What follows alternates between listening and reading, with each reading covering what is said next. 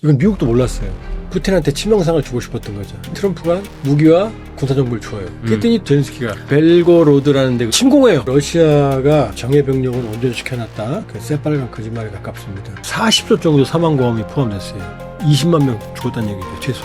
북한이 지원 끊으면 러시아 전쟁 못해요. 우리가 간과하고 있는데 그때는 종전이라는 표현을 썼어요. 근데 지금 휴전들이에요. 푸틴이 일방적인 30시간 휴전이었지만 전쟁 이후 처음이잖아요, 지금. 이게 어마어마한 변화잖아요. 한국 우리처럼 비극적으로 되겠죠. 타우루스 미사일 사용할 수 있게 해줄까? 이랬어요. 그러면 모스크바가 다 때린다는 얘기예요. 크림반도 공격도 하게 해줄까? 그랬어요. 그 다리 끊어지면 크림반도 고립이거든요.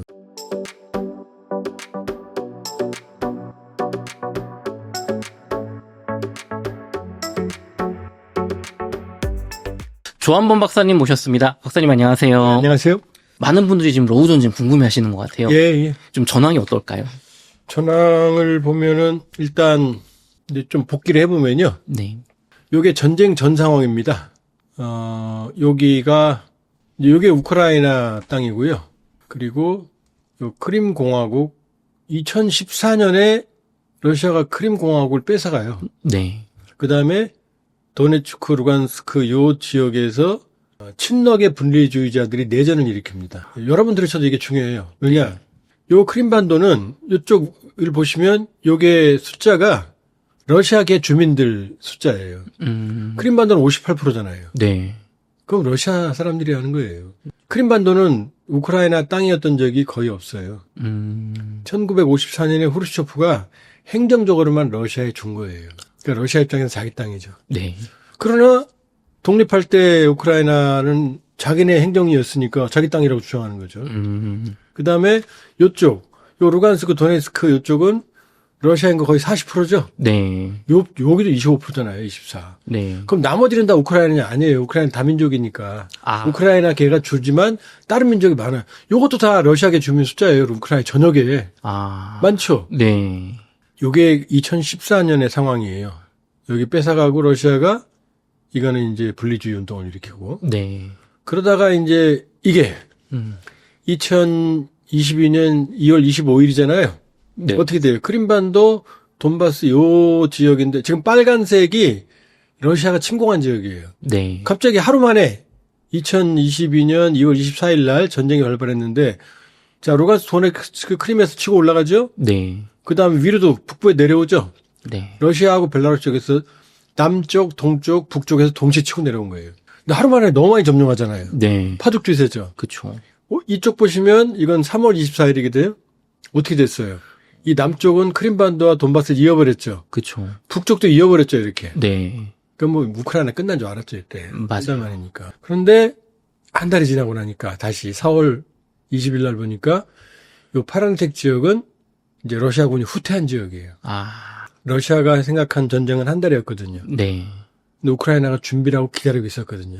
처음에는 밀렸지만 네. 반격을 했거든요. 그러면서 요쪽에 들어간 러시아군들은 일부는 전멸했고 일부는 후퇴해서 전선을 축소했어요. 이렇게 남쪽으로. 네. 이쪽 위로 이제 보급이 안 되니까 이쪽은. 그쵸. 그런데 요거는 언제냐? 2024년 2월 4일이라고 돼 있죠? 네. 근데 요 그림은 사실은 2023년 6월 그림하고 똑같아요. 이게 1년 동안 2023년 6월이 되면 이제 우크라이나가 요쪽 지역과 요쪽을 회복해서 요 그림이 나옵니다. 이렇게. 많이 회복했죠? 네. 근데 2023년 6월에 우크라이나가 서방의 지원을 받아서 대규모 반격 작전을 하는데 여기서 실패해요. 근데 그러니까 그 실패하니까 그 전선이 지금까지 오는 거예요. 교착 상태로. 네. 근데 왜 실패했는지를 아는 게 중요해요. 그쵸. 그때 많이들 기대도 했었죠. 네, 왜 그러냐면 여기서 이제 젤렌스키의 정치적 좋게 말하면 영민함, 나쁘게 말하면 교활함이 나옵니다. 왜냐하면 이때 총사령관이 잘루즈니라는 사람이었거든요. 우크라이나. 네. 이 사람은 우크라이나 국민들이 아주 신뢰해요. 지금도 신뢰도가 한 90%좀 나와요. 네. 지금 선거하면 잘루즈니한테 져요. 젤렌스키가. 근데 잘루즈니가 이때 지금은 근데 그 잘루즈니가 참모총장에서 총사령관에서 쫓겨나서 영국 대사로 쫓겨갔어요. 젤렌스키가 쫓아낸 거예요. 위험하니까. 근데 자, 이 그림 잘 보세요. 그러니까 젤렌스키는 요 마리우폴 있죠? 네. 여기가 이제 우리를 치면 포항제철인데 요 마리우폴을 뚫고 나오고 싶어 했어요. 그러면 이제 이 크림과 돈바스가 끊어지니까. 그쵸. 또 크림과 돈바스는 이 크림과 이게 본토는 크림 덱이 하나로 연결돼 있거든요. 요 다리만 끊어버리면 여기 고립되거든요. 그쵸. 그러니까 잘루즈니의 전략이 사실은 옳았던 거죠. 아. 그런데 젤렌스키 입장은 뭐냐면은 이쪽 도네츠크 이쪽 광범위한 지역의 영토를 회복하자라고 그랬어요. 아. 그래야 정치적으로 국민들한테 보여줄 수가 있잖아요. 그쵸. 그래서 잘루즈니 총사령관 측과 젤렌스키 대통령 측이 전략 갖고 싸우는데 대통령이 하겠다는데 총사령관이 어떻게 해요? 그쵸. 그래서 결과적으로는 총 공세가 한 곳에 집중된 게 아니고 2차 세계대전 때 히틀러가 파죽지세로 이 프랑스를 뚫고 들어갔거든요. 네. 그 거대한 방어선 있잖아요. 네, 마지노선. 마지노선. 네. 그걸 뚫고 들어간 게 뭐냐면 넓게 편 게 아니라 한 곳을 때려 부신 거예요. 아. 성은 하나만 구멍 뚫리면 끝나잖아요. 그쵸. 젤렌스키 그 생각을 했는데 잘루즈니는 젤렌스키는 넓은 면적을 뺐자라고 병력을 넓힌 거예요. 그러면서 여기서 한치의 거의 진적도 못 받고 거의 소모됐어요, 병력들이. 아유. 초기에는 푸틴이 한 달 잡고 들어가서 삽질했고 네. 두 번째는 젤렌스키가 삽질한 거예요. 이래서 이게 2024년 2월 그림이지만 2023년 6월 그림 그대로예요. 바뀐 게. 지금까지 한치의 변함도 없어요. 거의 변함이 없어요. 한치라면 좀 그렇지만 네. 거의 변화가 없어요. 다음 그림 볼게요. 자, 여기 2024년 8월 25일이잖아요. 네. 잘 보세요. 지금 그 주 전선은 여기입니다. 이 빨간 지역이 우크라이나 러우 전쟁의 99%를 차지하거든요. 네. 여기가 조그만 빨간 점 있죠? 네. 여기 하리키우라고 하는 군수공업지대인데 여기서 있고 여기 숨이라고 있죠? 네. 여기가 지금 쿠르스크예요, 북쪽이. 아. 요 숨이 이쪽이 쿠르스크거든요. 막 쿠르스크 그러죠? 맞아요, 맞아요. 갑자기 제렌스키가 이 8월 달에 8월 초에 거꾸로 치고 들어가요. 아. 역습을. 그래서 오른쪽에 보시면 이게 1300제곱킬로미터예요. 서울시가 600이 좀 넘잖아요. 네. 이걸 갑자기 점령을 해요. 그러니까 푸틴은 황당했죠. 이건 미국도 몰랐어요. 아. 이렇게 역습을 할지는. 왜냐, 남쪽 지키기도 힘든데 그쵸. 거꾸로 공격을 해가? 음. 그러니까 젤렌스키는 어떻게 생각했냐면 푸틴한테 치명상을 주고 싶었던 거죠. 네. 어차피 남쪽 전선은 교착돼 있으니까 쿠르스크를 점령하면 푸틴의 자존심이 상하잖아요. 그쵸. 5월 9일이면 러시아 전승되는데 45년. 아. 그 이후로 러시아 본토를 뺏긴 최초의 대통령이 되는 거잖아요. 네. 거기다 이 쿠르스크는 스탈린이 히틀러를 격파한 히틀러가 여기서 패배함으로써 끝나요. 그때부터 계속 뚫리거든요. 그러니까 네. 러시아의 자존심인 지역이 쿠르스크거든요. 이걸 장악해버린 거예요. 그러니까 젤렌스키는 다목적이 있었겠죠. 네. 저걸 잡고 있으면 푸틴을 압박할 수 있고 그다음에 이 남쪽에서 병력이 빼져올 거 아니에요. 이거 찾으러. 네. 이쪽이 옅어지겠죠, 전선이. 그쵸. 그랬더니 이제 푸틴 입장에서는 목숨을 걸고 이건 뺏어야 될 거 아니에요. 그쵸. 본토인데. 그렇죠. 그래서 요거는 이제 9월이 되니까 빨간 건 러시아가 뺏은 지역이고 노란 지역은 러시아가 우세한 지역이고 네. 요 파란색은 아직도 우크라이나가 잡은 지역이거든요. 쿠르스크. 네. 남쪽은 역시 변함이 없어. 전혀 변함이 없죠. 네. 요 상황인데 어떤 일이 벌어지느냐. 4월 21일 전황이에요. 네. 자, 보시면 다 빨개졌잖아요. 네. 다 뺏었잖아요, 지금. 그럼요. 다 회복했잖아요. 그쵸. 그리고 노란 지역도 지금 있죠. 요 파란 지역 있죠? 요 조그만큼. 네. 요거만 지금 젤렌스키가 확보하고 있는 거예요. 아. 99%를 다시 뺏긴 거예요. 요 사이에 어떤 일이 있었느냐. 2월 28일 날 젤렌스키가 광물협정한다고 워싱턴 가서 트럼프랑 싸웠잖아요. 그쵸. 트럼프 화가 나가지고 3월 3일부터 야, 무기 공급 중단해. 아. 정보도 주지 마. 그럼 무기도 없어? 어디 쏠지도 몰라? 그쵸. 그러면서 파죽지세로 그때 푸틴이 뚫고 들어온 거예요. 그러니까 젤렌스키가 트럼프하고 싸우는 모습을 보이면서 우크라이나 국민들 감정은 풀어줬지만 네. 전략적으로는 저기서 우크라이나군 괴멸당한 거지. 뺏긴 거지. 그러니까 정치적 야심을 위해서 네. 쇼를 위해서 이 쿠르스크의 남은 지역을 거의 대부분 뺏겼어요. 아유. 그랬더니 젤렌스키가 또 이제 트럼프가 그랬더니 젤렌스키 또 어떻게 해요? 형 잘못했어. 빌었거든요. 네. 광물협정할게. 그랬더니 트럼프가 다시 무기와 군사정보를 줘요. 그랬더니 또 이제 간이 벗어요. 젤렌스키가. 요 밑에 여기 보세요. 여기. 네. 요건 쿠르스크고 요 밑에 게 벨고로드라는 데거든요. 네. 여기 침공해요. 거꾸로 또 젤렌스키가 요게 지금 그래서 이만큼을 점령한 거예요. 요거면은 몇십 제곱킬로미터는 되거든요. 네. 요건 이제 파란색은 우크라이나 땅이고 옅은 하늘색은 네. 짙은 하늘색은 이건 이제 젤렌스키가 뺏은 거예요. 왜? 무기를 안 줬다가 다 이슈니까 치고 들어간 거죠, 이제. 해볼 만한. 그래서 그랬더니 또 푸틴은 또 어떻게 해요? 내일 모레 5월 9일이 전승절인데 그쵸. 또 뺏기면 안 되잖아요. 네. 그 목숨 걸고 또 뺏어갖고 지금 이게 4월 21일 현황인데 네. 요 정도는 아직도 확보하고 있어요. 요게 현재까지 전황입니다. 그러니까 정리해 말씀드리면 다시 올라가서 요 전선. 네. 요 전선은 요걸 남부 벨트라고 그러거든요. 네. 남부 회랑, 서던 코리도. 요거는 2023년 6월에서 거의 변함이 없다. 그리고 2024년 8월에 네. 쿠르스크를 침공을 했고 젤렌스키가. 네. 그러나 그 부분은 다 뺏겼고 거의 이제 발판 정도 1% 정도만 차지하고 있고 지금 그 밑에 여기 보이죠? 비교적 상승의 면적. 네. 요거 확대한 거거든요. 요 벨고로드 지역을 일부 점령하고 있다. 그리고 현재까지 일진일퇴. 일진일퇴. 그러니까 뭐 쭉 밀고 쭉 내려가고 이런 상황은 없는 상황이에요.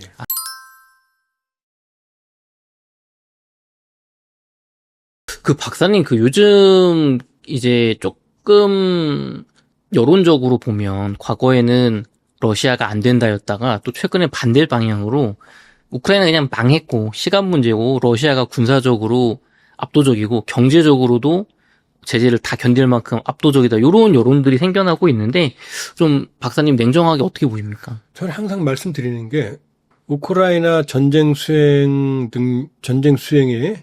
본인들이 50에서 55%를 책임져요. 네. 나토가 한 20에서 25%, 미국이 한 20% 정도거든요. 그러면 나토하고 미국이 발표하면 어떻게 되겠어요? 그럼 안 되겠죠. 무너지는 거죠. 그렇죠. 그러니까 나토하고 미국 외부의 지원이 없이는 우크라이나는 전쟁을 할 수가 없어요. 그다음에 쿠르스크가 트럼프가 무기 지원 끊으면서 다 뺏겠다고 그랬죠? 네. 미국의 20%는 자동차로 치면 엔진이에요. 아, 핵심이구나. 핵심이에요. 군사 정보. 네. 그다음에 강철비라고 영화 보셨어요? 네, 그거 봤습니다. 북한 나오는. 네. 네. 그게 강철비가 하늘에서 포탄에 비가 떨어진다라는 거거든요. 네. 얘가 좀 복잡한데 M270 MLRS 다연장 로켓이라는 게 있어요. 네. 그게 227mm, 227mm의 구경, 네. 길이는 몇 미터가 되죠.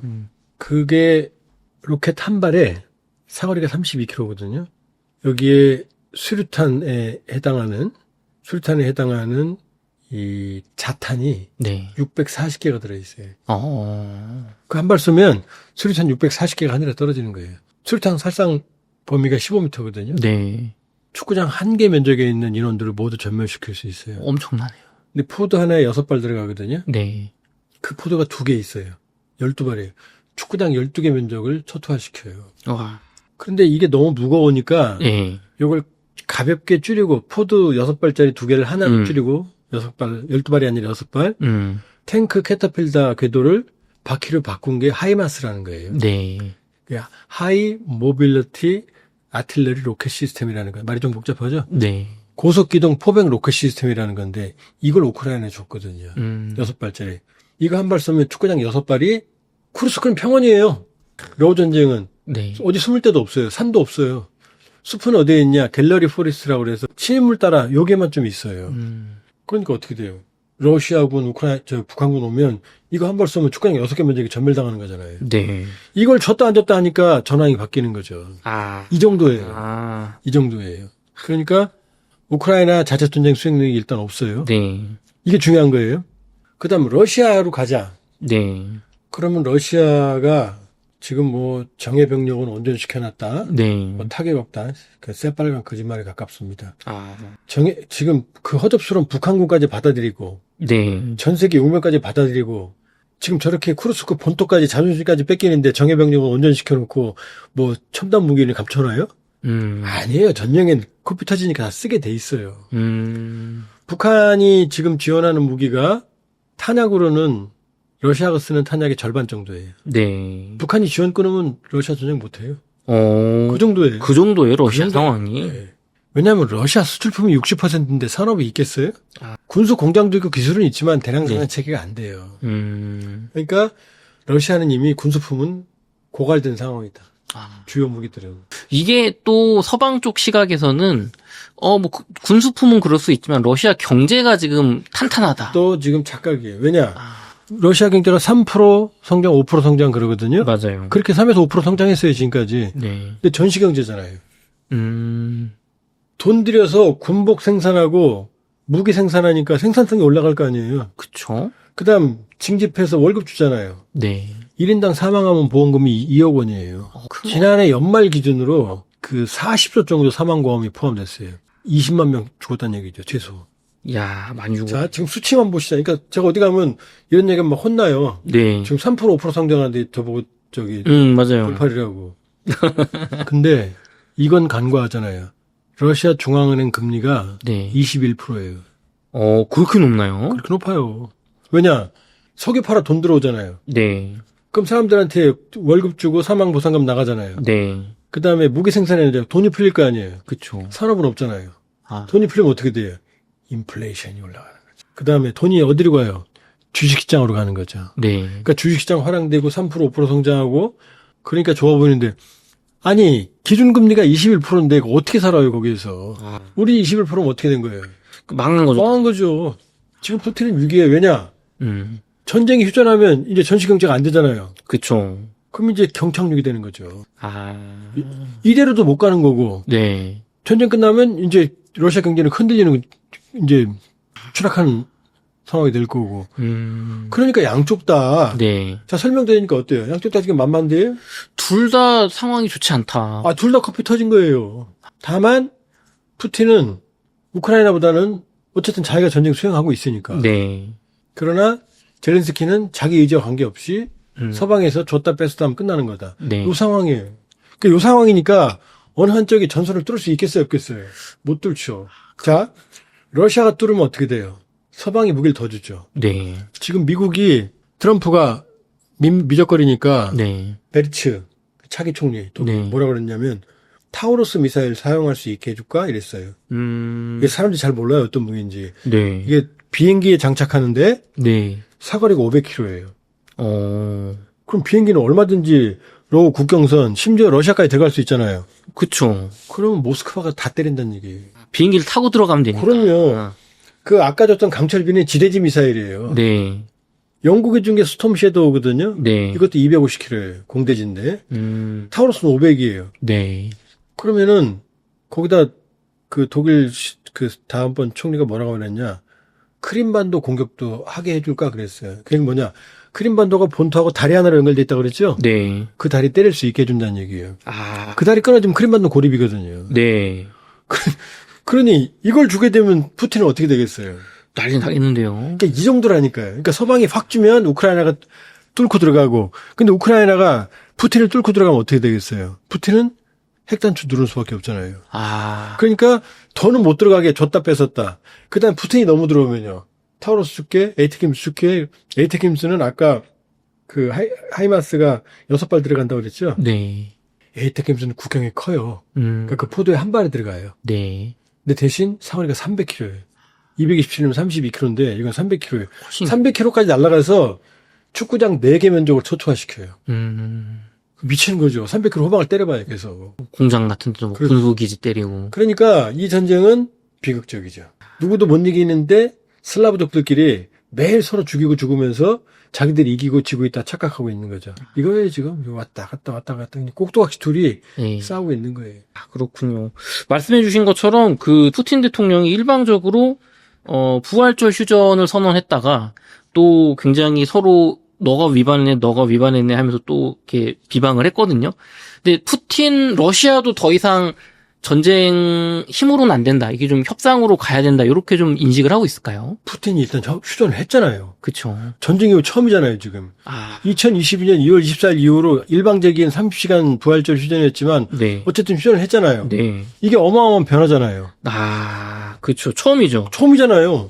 그러니까 초기에 집권 이후에 트럼프 1월 20일 날 취임 이후에 그때는 지금 우리가 간과하고 있는데 종전이라는 표현을 썼어요. 종전. 그쵸. 근데 지금 종전이라는 표현 안 써요. 휴전 그래요. 아. 왜냐?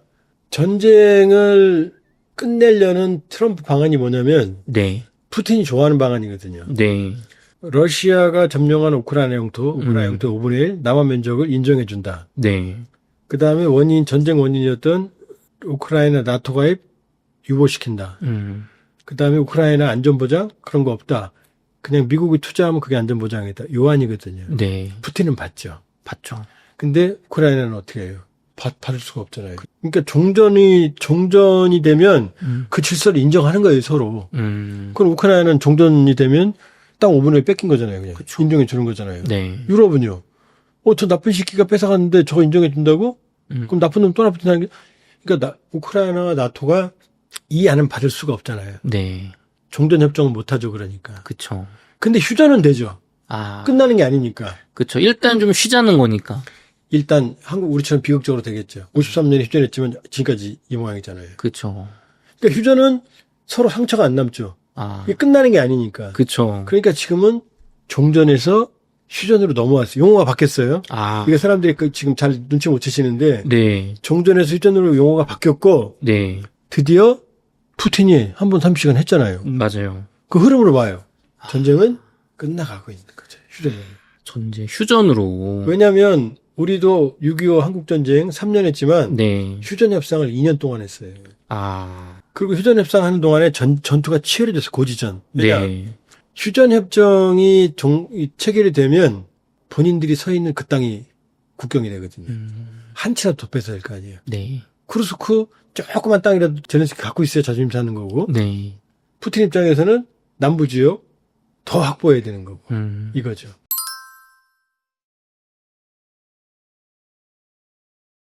박사님, 중국에서 오늘 속보가 떴는데 네. 최초로 비핵 수소폭탄이라는 걸 실험 성공을 했대요, 중국이. 이게 좀 어떤 의미인가요? 웅달책방 여러분들 머리 아플 텐데 좀 핵을 좀 설명을 드릴게요, 지금부터. 네. 우리가 핵하지만 대한민국은 강아지도 잘 들어오면 핵합니다. 핵. 이렇게.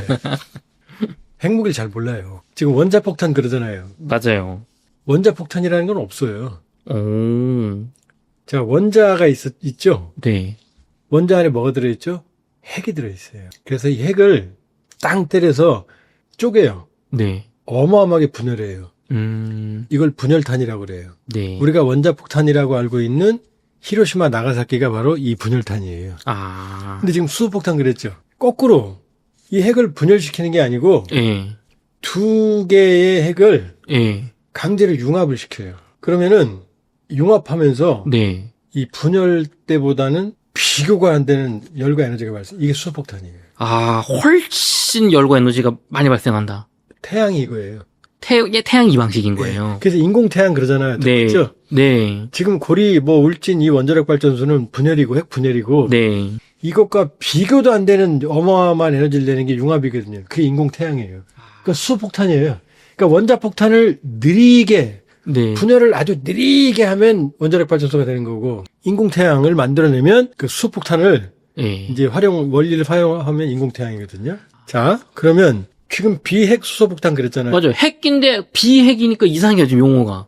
자, 그걸 설명을 드릴게요. 이 히로시마에 떨어졌던 건 우라늄탄이고 나가사키에 떨어진 건 플루토늄탄이에요. 이 우라늄탄은 뭐냐? 우리 원자력 발전소에 우라늄을 쓰잖아요. 천연 우라늄 광석에는 우라늄이 0.7%밖에 안 들어있어요. 생각해보세요. 만약에 흙 속에 석탄이 0.7%라면 그거 가져다가 연탄 만들면 타요, 안 타요? 안 탈 것 같은데요. 안 타죠. 그럼 어떻게 해야 돼요? 연탄만 골라내요. 아. 그걸 농축이라고 그래요. 농축 들어봤죠? 네. 요걸 20%까지 농축을 하면 요게 원자력 발전소. 네. 5에서 20% 농축하면 원자력 발전소에 들어가요. 네. 이건 안 터져요.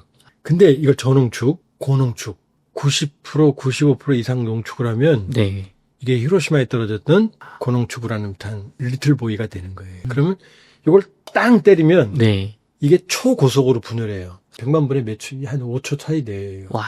빅뱅 생각해 보세요. 네. 빅뱅 그 우주 원리 있죠? 네. 땅 터지는 순간에 천문학적으로 지금 늘어나는 거 아니에요. 맞아요. 그거 똑같은 거예요. 그런데 그 우라늄을 갖다 놓고 땅 때릴 거 아니에요. 네. 이게 기폭제예요. 그러니까 오펜하이머 영화 보셨나 모르겠네요. 그거 네. 보면 가운데 고농축 우라늄을 두고 이렇게 폭발 렌즈라고 해서 이렇게 큰 축구공처럼 돼서 네. 이렇게 폭발이 안으로 들어가서 한꺼번에 충격을 주는 장치를 폭발 렌즈라고 그러거든요. 네.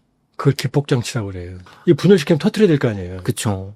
이건 일반 고폭약의 특수. 아.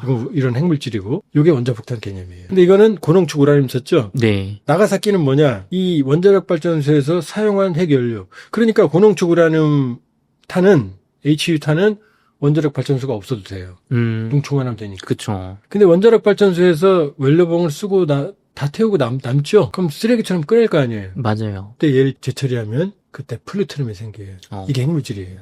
이게 나가사키에 떨어졌던 펜맨이에요. 그러니까 이 고농축 우라늄 탄은 원자력 발전소가 필요 없어요. 네. 그러니까 지금 이란이 만들고 농축하고 있잖아요. 근데 원자력 발전소가 있으면 플루토늄 탄을 만들 수가 있어요. 네. 사용 후 핵연료. 네. 그러니까 사용 전 핵연료 주기 단계에서는 고농축 우라늄 탄을 만들고 사용 후 핵연료 주기에서는 플루토늄 탄을 만들 수 있는 거예요. 북한은 두 개 다 있어요. 자, 근데 왜 비핵 수소폭탄 얘기할 때 여기까지 왔느냐? 네. 이걸 설명하기 위해서요. 자, 이 우라늄탄이나 플루토늄탄은 기폭장치가 일반 화약이었죠? 네. 고폭약. 근데 수소폭탄은 여기도 기폭제가 필요하거든요. 네. 왜냐? 자연계에서는 두 개의 핵을 융합시켜도 네. 융합이 안 돼요. 아. 태양은 된다면서요. 맞아요. 태양은 된다면서요. 태양은 뜨겁잖아요. 아, 뜨거우니까. 뜨거운 분위기를 만들어야 돼요. 뜨거운 열을. 네. 그 뜨거운 열은 자연계에서 존재하지 않아요.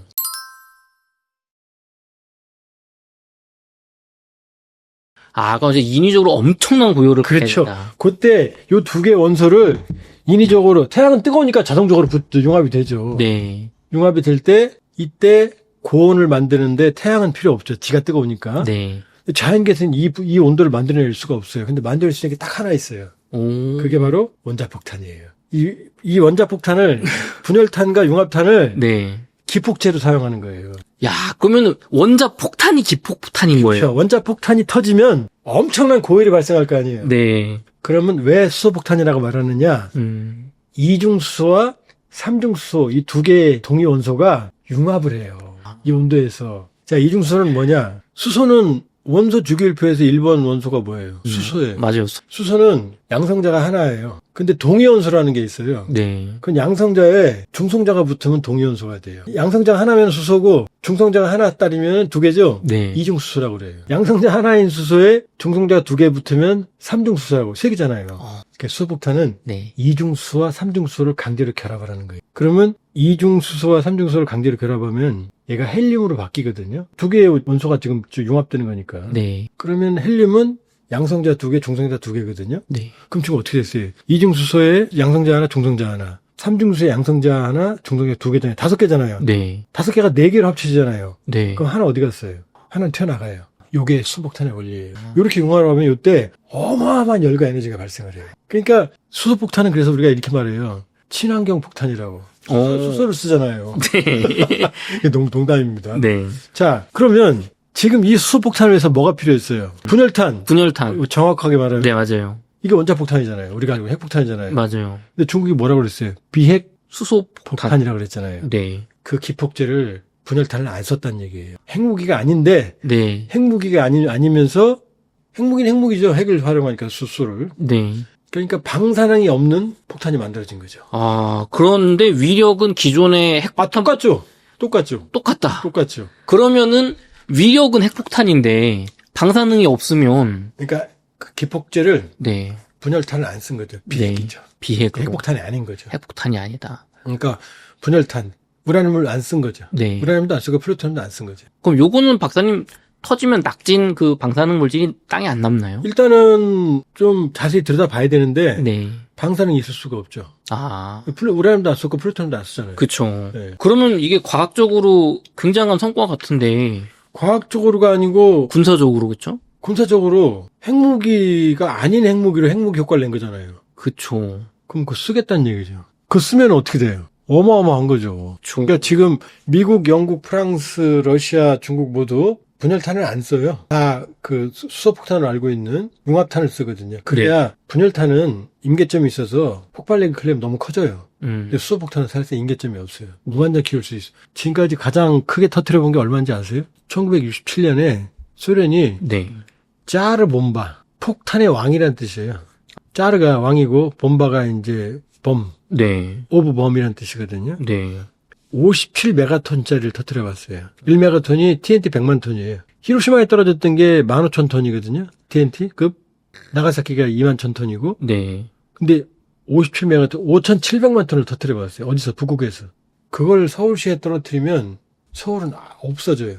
한 방에. 예, 그냥 그게 아니고 진짜 없어져요. 아무것도 안 남아요. 수원까지 사망해요. 평택 정도에 있어도 화상을 입어요. 그 정도군요. 천안에서 열기를 느껴요. 나중에 이제 냉전 끝나고 나서 기밀 해제 봤더니 네. 51메가톤, 5,100만 톤이라는 설도 있거든요. 어쨌든 미친놈들이죠. 5천만 톤 넘게를 터뜨려 본 거거든요. 이게 수소폭탄을 쓰는 거거든요. 와. 그러니까 수소폭탄은 무서운 거죠. 임계점이 없으니까. 그래서 오펜하이머도 이건 아닌데 그랬다는 거 아니에요. 수소폭탄 보고 나서. 근데 그 효과를 내는 폭탄을 저도 뭐 영상은 봤지만 진위 여부는 모르겠어요. 아직은. 근데 이론적으로는 가능하거든요. 왜냐? 그 온도를 만들어내면 되니까. 네. 중국이 말한 방식이 태양이 내는 고열을 핵 분열탄이 아닌 걸로 네. 만들어내면 되거든요. 근데 문제는 크기거든요. 그 크기 안에서 구해내야 되거든요. 네. 뭐 이 아파트만 한 데서 장치 만들어서 열 만들 수 있겠죠. 네. 근데 그게 아니라 쓸 수 있는 폭탄 안에서 네. 그 안에서 기폭제 역할을 해야 되거든요. 네. 그 기술을 확보할 수 있는 점은 그건 몰라요. 음. 그러나 중국이 비핵 수소폭탄을 만들었다는 건 경천동지할 일이죠.